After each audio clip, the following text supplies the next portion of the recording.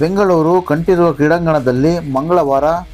ಯುವ ಸಬಲೀಕರಣ ಮತ್ತು ಕ್ರೀಡಾ ಇಲಾಖೆ ವತಿಯಿಂದ ಆಯೋಜನೆ ಮಾಡಲಾಗಿದ್ದ 2024-25ನೇ ಸಾಲಿನ ಬೆಂಗಳೂರು ನಗರ ವಿಭಾಗ ಮಟ್ಟದ ದಸರಾ ಕ್ರೀಡಾಕೂಟದಲ್ಲಿ ಪಾಲ್ಗೊಂಡು